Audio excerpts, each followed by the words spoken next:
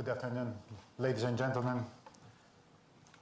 Excellency, thank you very much for your kind words, and thank you very much for this invitation. This is really a unique opportunity for me to participate in this London Defense Conference and to share with you some opinions and some thoughts about challenges we have ahead of us. So, ladies and gentlemen, on February the 24th, we woke up to a totally new reality. It was February the 24th, 2022. The Russian aggression forced many to redefine their so-far policy. The thought of a war in Europe with indiscriminate killing of civilians, bombardments of residential buildings, schools and hospitals was hard to believe to many. And still, that is exactly what happened after the 24th of February last year. I wish to remind you that, unfortunately, it's nothing new for Russian imperial policy. Central and Eastern Europe remembers the terror under the Russian occupation at the time of the Iron Curtain. We also recall the wars in Chechnya, Georgia, and Moldova, which followed after 1991. Therefore, the current aggression against Ukraine and the attempt by the Kremlin to suppress the sovereignty of the Ukrainian people comes as no surprise to us. As early as 2014, we knew that Russia would not stop in Crimea, Donetsk, and Lugansk. Ladies and gentlemen, in a broader view, the aim of the Kremlin is to regain control over the so-called post-Soviet zone and destroy the current world order. For Putin, the West was weak and disunited. There were a few reasons of that assessment. The major ones were political and economic factors. The West was afraid that the strong reaction might cause big turbulences in political relations. Moreover, many states were concerned about losing lucrative contracts with Russia. Many in the West fooled themselves, thinking that in the area of extensive economic connections, gigantic projects such as Nord Stream 1 and Nord Stream 2, it would be impossible to make a step further and take a decision to invade, which would shatter all of that.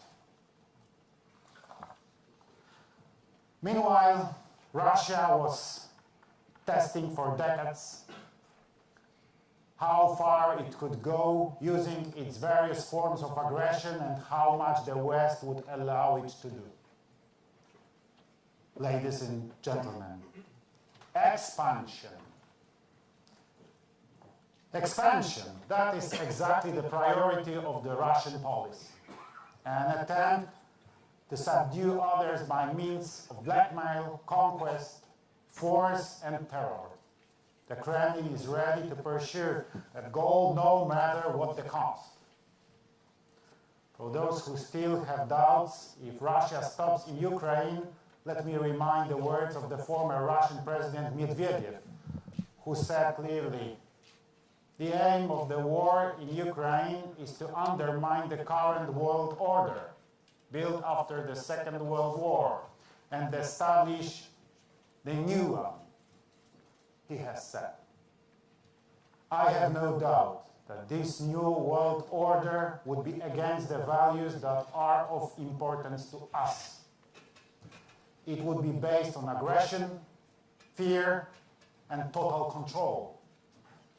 There would be no respect for freedom of citizens, the value of human life, the rule of law, and democracy.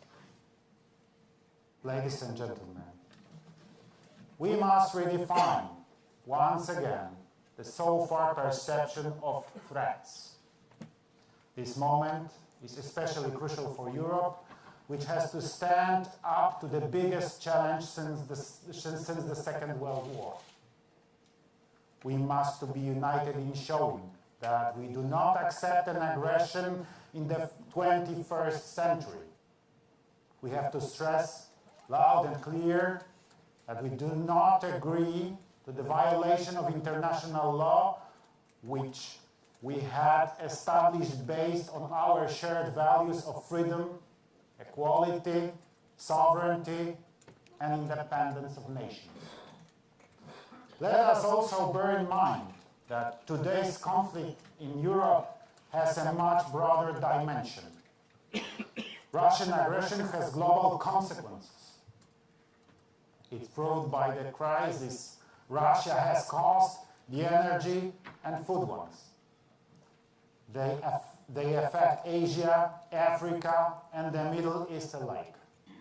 In the long term, this crisis will spill over and impact all regions of the world, ruin our economies, and hinder the development of states. Our resolute response should also be a signal to those who adhere to different principles and are inspired by the Kremlin's activities. Weak opposition will serve as an incentive for those potentially aggressive countries to start actions in other regions of the globe which may be harmful for all of us. That's why our response has to be swift, strong, and efficient. Distinguished guests, ladies and gentlemen, Poland understands this perfectly well. That's why, since the launch of the Russian invasion, we have been supporting Ukraine in international forums, seeking backing for Kyiv as well as condemnation and sanctioning of the Kremlin. We have been supplying extensive aid both in Poland and in Ukraine. Let us remember that more than 15 million people have left Ukraine since the outbreak of war, of which almost 12 million crossed the border with Poland. Most of them are elderly persons, women, and children.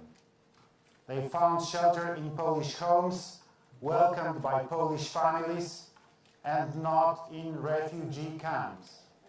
Frankly, there was no need to build refugee camps because all the people who came from Ukraine, they found accommodation among Polish families in Polish houses, in Polish homes.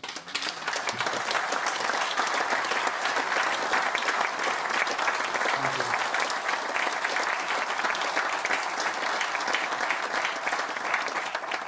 Thank you very much. Over the last year, we were able to set up a huge logistic hub in Poland, which allows for the transfer of humanitarian and military assistance to Ukraine. For those who were not willing to leave their homeland and whose households were destroyed, we have established, along with our British friends, a temporary container town in Lviv.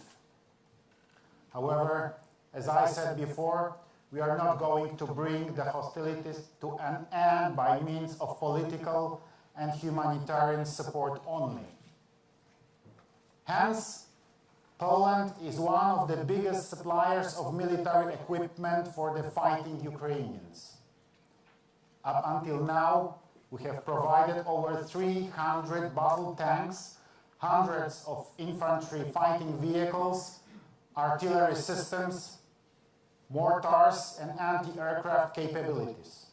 We have equipped thousands of Ukrainian soldiers with Polish-made Grot assault rifles and millions of ammunition shells of various types. We were also one of the first states to hand over our MiG jets to Ukrainian pilots. These aircraft allow them to protect their skies against Russian attacks. With fights ranging in Ukraine, we, along with other partners, continue to train new Ukrainian recruits as part of the EU mission. Having said all of that, I wish to thank the United Kingdom for all its involvement, support, and most importantly, for joining the tank coalition. Ladies and gentlemen, after the victory, we will face the task of holding the guilty ones to account for the war crimes committed. We will also have to help Ukraine to reconstruct the country. I count on Poland playing a leading role in this respect, as we have relevant assets which will facilitate the process. What I mean is, first of all, our geographical as well as social and cultural proximity. What is more, we know what kind of reforms are required in a state that was politically and economically dominated by Russia. It's also part of our history. Ladies and gentlemen, the situation across the region forces us, like never before, to join efforts in strengthening the North Atlantic Alliance, which needs to deter the aggressor effectively. Of key importance in these respects will be the Vilnius Summit decisions. Poland has the following priorities. 1, boosting the defense potential of the eastern flank by increasing the number of NATO troops deployed there. 2, reforming NATO response force along with the Madrid summit decisions by implementing the new force model and scaling up the high readiness forces from 40 up to 300,000 troops. 3, establishing a multi-corps land component command in Poland based on the operational command. And 4, motivating all allies to increase their defense spending. And let me stress, all allies. We must bear in mind that NATO forces are not just the US troops. It's our joint potential contributed by each and every member of the alliance. Let me recall that if we want Article 5 to provide ironclad security guarantees, then the provisions of Article 3 have to be strictly followed. And Article 3 stipulates that every one of us, each NATO member, has to individually maintain and develop the capacity to resist armed attack. In order to effectively deter an aggressor, what we need is not only the effort of the alliance as a whole, but also our own one. We keep bolstering our defense potential in order to meet allied commitments. We are spending on defense, preparing modern legislative solutions, expanding and modernizing our armed forces, forming new units and providing them with modern equipment integrated with that of our allies. At the same time, we take note of emerging threats. That is why we continue to develop our capabilities across all domains, including especially in cyberspace. All of it is costly, but the Polish society understands why we are developing our armed forces and why we are helping Ukraine by supplying it with part of our equipment. For Poles know perfectly well that the cost would be even higher if Ukraine lost. I'm glad that we are not alone and we are developing capabilities along with our strong allies.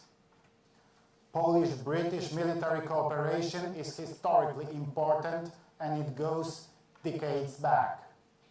Currently, our forces are involved in allied operations and exercises around the globe. Polish soldiers serve in NATO commands in the UK, whereas the British ones do the same in Poland. In 2022, British engineering troops helped to protect Polish border in the aftermath of the Belarusian hybrid attack. Moreover, starting this year, we have a British company of Challenger 2 tanks deployed in Poland, as well as soldiers stationed together with a Sky Sabre air defense system. We are implementing a number of bilateral projects as part of the military technology collaboration. And by doing so, we maintain a dialogue which contributes to a stronger industry and more robust defense capabilities. Together we can do more. Therefore, I appreciate the so far engagement of the British on the European continent, both on bilateral as well as allied level. Ladies and gentlemen, dear friends, as I mentioned at the beginning of my speech, the challenging international situation today requires our involvement also beyond our region. We must start to talk together with the countries of the global south, especially Africa. I see a special role for Poland in this respect, whom they consider a credible partner. Lack of my country's colonial past might help us all in these contacts.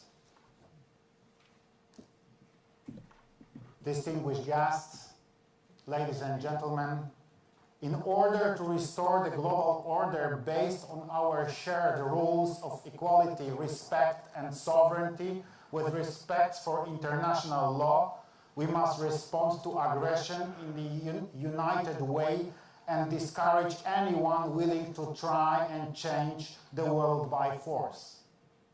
Europe must stay united and help Ukraine. It's only with our help that the end of this war will be possible. It's only with our help that those guilty of the committed war crimes, rapes, murders, the destruction of houses, hospitals and schools will be held to account. We must also be open towards other regions in the world. In this way, we will be able to jointly bring back stability and international security. I thank the United Kingdom for its cooperation to ensure security in Europe. Thank you for supporting Ukraine and for your clear stance on the Russian aggressor. We are strong in the alliance. We are strong together. Thank you very much.